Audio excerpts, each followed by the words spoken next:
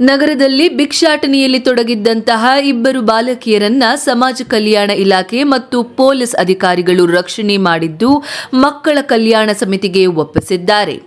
ನಗರದ ಹೊಸ ಬಸ್ ನಿಲ್ದಾಣದಲ್ಲಿ ಬಾಲಕಿಯೊಬ್ಬಳು ಭಿಕ್ಷಾಟನೆಯಲ್ಲಿ ತೊಡಗಿರುವುದಾಗಿ ಎಕ್ಸ್ ಬಳಕೆದಾರ ಮುಕ್ಕಣ್ಣ ಎಂಬುವವರು ಗುರುವಾರ ರಾತ್ರಿ 8:48 ಪೋಸ್ಟ್ ಪ್ರಕಟಿಸಿದ್ರು.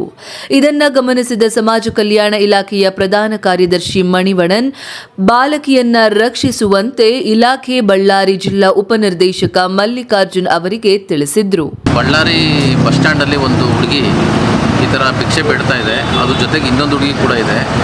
ಈ ಒಂದು ವ್ಯವಸ್ಥೆ ಯಾಕೆ ಹಿಂಗಾಗ್ತಿದೆ, ಅಥಾರಿಟೀಸ್ ನೋಡ್ಕೊಳ್ಳೋರು ಯಾರು ಇಲ್ವಾ ಇಲ್ಲಿ ಅಂತ ಹೇಳಿ ಒಂದು ಟ್ವೀಟ್ ಮಾಡಿದರು.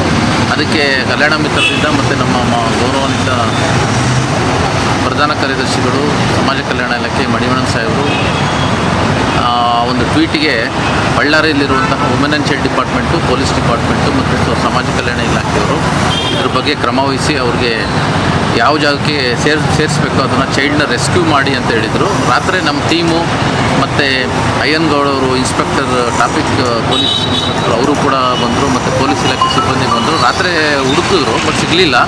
ಬೆಳಗ್ಗೆ ಕೂಡ ಅದನ್ನು ಫಾಲೋ ಅಪ್ ಮಾಡಿಬಿಟ್ಟು ನೋಡಿದಾಗ ಅವರಿಬ್ಬರು ಮಕ್ಕಳು ಭಿಕ್ಷೆ ಬೇಡ್ತಾ ಇರೋದು ಕಂಡು ಬಂದಿರೋದು.